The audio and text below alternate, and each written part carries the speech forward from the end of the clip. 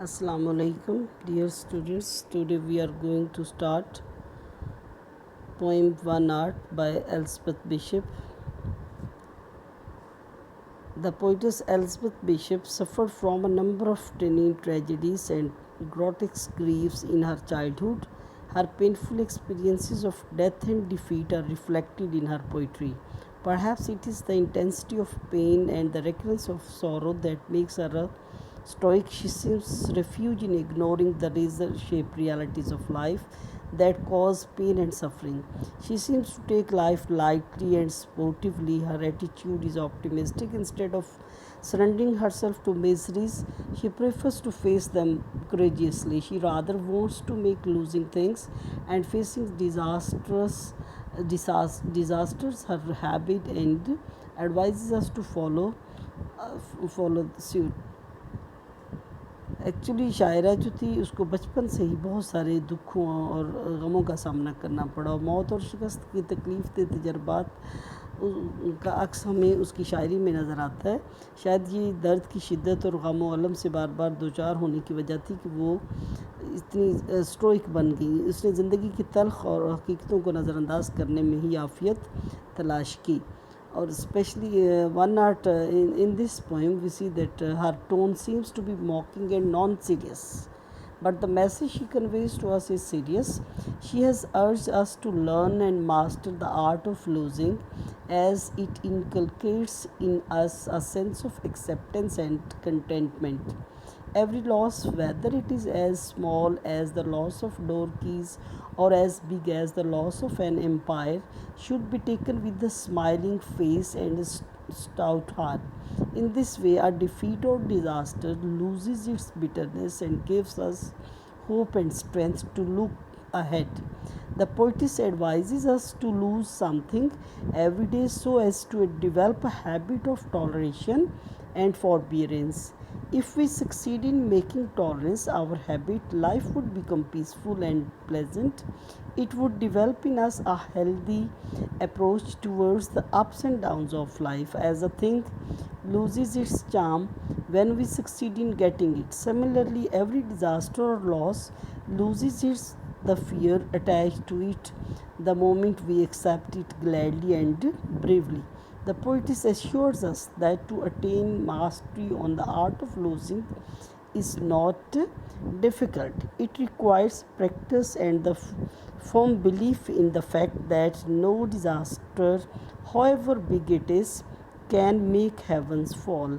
We remain perturbed and fearful until and unless we refuse to accept some bitter reality, but the moment we accept it, the mountain becomes a molehill. So the best way to live life is always to hope for the best but prepare for the worst.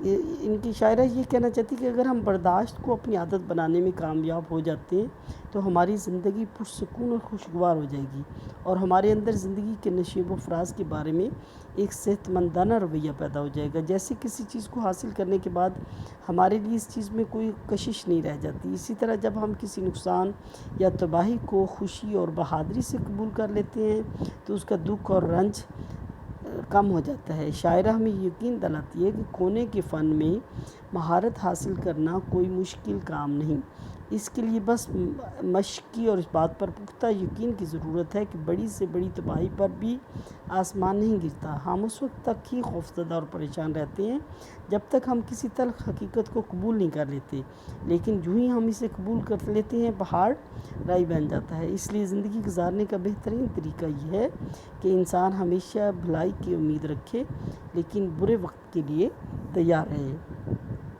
अभी हम इस point के स्टैंजर्स की explanation देखते हैं। One art by Elizabeth Bishop. The art of losing isn't hard to master. So many things seemed filled with the intent to be lost that their loss is no disaster. The poetess wants to make us understand that to attain mastery on the art of losing is not difficult. It requires practice and the firm belief in the fact that No disaster, however big it is, can make heavens fall. We remain disturbed and fearful until and unless we refuse to accept some bitter reality. But the moment we accept it, the mountain becomes the molehill. So, the best way to live life is always to hope for the best but prepare for the worst. We see that American poet and essayist Emerson says, "For everything you have missed, you have gained something else, and for everything you have gained, you lose something else." Elizabeth Bishop seems to agree with Emerson. She is a Stoic and knows that losing and gaining are the two sides of a single reality. Both are inevitable. So, why to cry over spilt milk and why to rejoice over some big gain? Crying and rejoicing both are useless activities. In the very first line of the poem, the poetess puts forth her philosophy of life. She thinks that man has to face many losses and crosses in his life, but he should not lose heart because it is not difficult to bear these losses. She is of the view that some things are created or achieved with the intention that after some time they will be lost. When such things are lost, nothing disastrous happens. The routine life goes on. We feel sad and dejected for some time, and then, with the passage of time, we forget all our loss and start our life anew. Lose something every day, except the fluster of lost door keys, the hour barely spent. The art of losing isn't hard to master. Elspeth Bishop suggests that in order to master the art of losing things, we should make it our habit to intentionally lose things daily. It will have a psychological effect on us. When in future we lose something big, it will have no adverse effect on us, nor will we will be sad and dejected. We'll take it as something normal. Suppose we lose a small thing as the keys of the door. We should not be disturbed at this loss. We should not feel restless even if we have spent some moments. The best way to avoid sorrowful feelings and sense of guilt is that we should accept our loss wholeheartedly, thinking it inevitable and unavoidable. The secret of happiness lies in the acceptance of loss. In the third stanza, the poetess says, "Then practice losing further, losing faster, places and names and where it was you went to travel. None of these will bring disaster." The poetess says that in order to master the art of losing things without feeling dejected and depressed, start losing small things first and then big things quickly. You may forget the names and places that you visited some time back. You will see that forgetting them will ensure no disaster for you. And in the fourth stanza, she says, "I lost my mother's watch, and look, my last or next to last of three loved houses went." The art of losing isn't hard to master. In this line, the poetess gives her own example. She lost her mother's watch. She also lost one of the three houses that she had lived in and were very dear to her. But all these losses brought no disaster or everlasting pain in her life. Losing things sometimes means changing things. When we shift from one house to other, it does not mean that we have lost our first house. It may be that some good memories are attached to that house, but good memories in themselves are no loss. In the next fifth stanza, the poetess says, "I lost two cities, lovely ones and vaster. Some realms I owned, two rivers, a continent. I missed them, but it wasn't a disaster." In these lines, also, the poetess gives her own example to prove that it is not difficult to learn the art of losing things. She lost two beautiful and big cities, pieces of land that she owned, two rivers, and a continent. But in spite of losing such big things, no misfortune overtook her. कहती कि सब के बावजूद भी उस पर कोई मुसीबत नहीं टूटी. She means to say that when something small or big is lost by us, it does not mean that we have lost everything in life. Losing things is as natural a phenomena as gaining things. Even losing you, the joking voice, a gesture I love, I shall not have light. It's evident the art of losing isn't hard to master, though it may look like disaster. And this is the last stanza of the poem. Here the poetess describes the pain that we feel when we lose someone near and dear to us. We undergo a severe emotional shock. But even this pain is transitory. It is for a small time. She loved her beloved from the core of her heart. She liked his interesting conversation and charming gestures. She used to think that he would die if he ever left her, but when he left her, he did not die. Was she telling a lie when she told him that he would die without him? No, it was not a lie, it was momentarily emotional intensity that forced her to pledge that her behavior and natural reaction prove that fact, that no loss is too big to be borne patiently. Though when we are passing through the ordeal of loss, we think that we will never be able to overcome that shock and regain peace and happiness.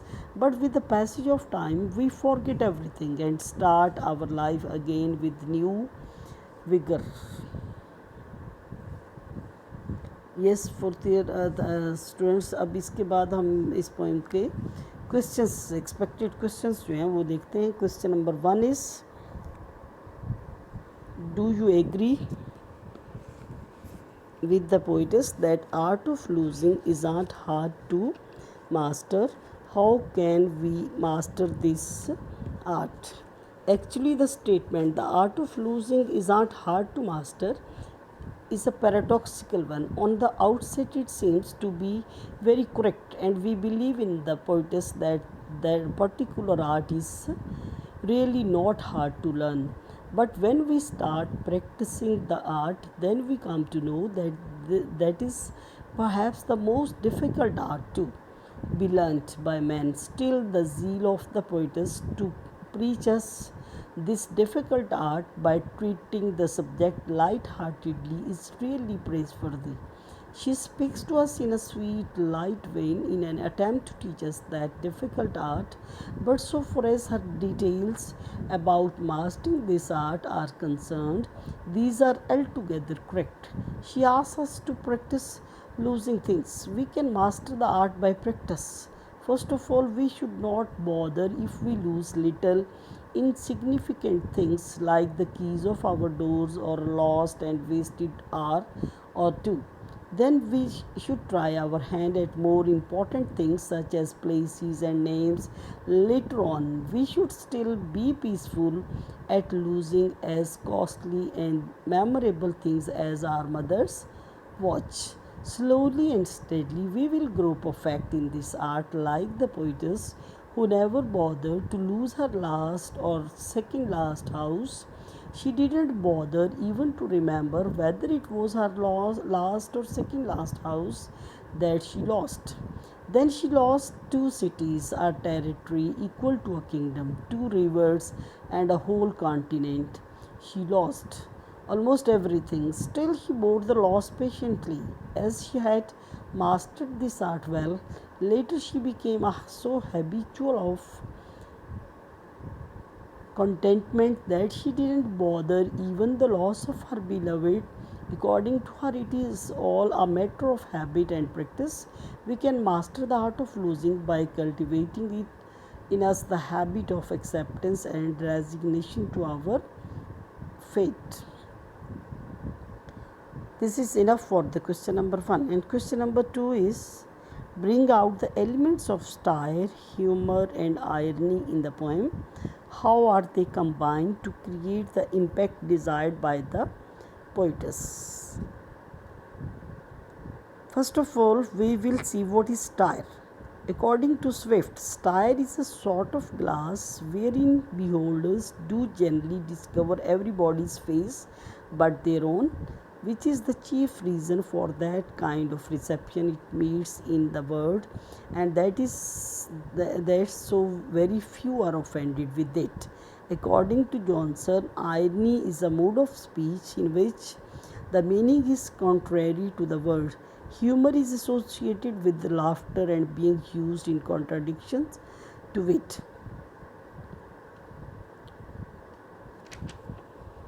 Now that we have a clear idea as to what style, humor and irony are, we can bring these out from the poem. When we take the poem as a style, we see other people like the poetess losing one thing after the other. We feel that we are very careful persons as we do not lose so many things.